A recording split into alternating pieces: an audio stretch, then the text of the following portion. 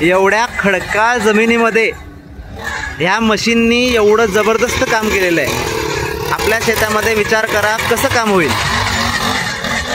खर्चामध्ये बचत करायची असेल तर प्रत्येक शेतकऱ्याकडे असायला पाहिजे असा अवजार आहे। शेतकऱ्यांना ह्या ऑफरचा लाभ घ्या।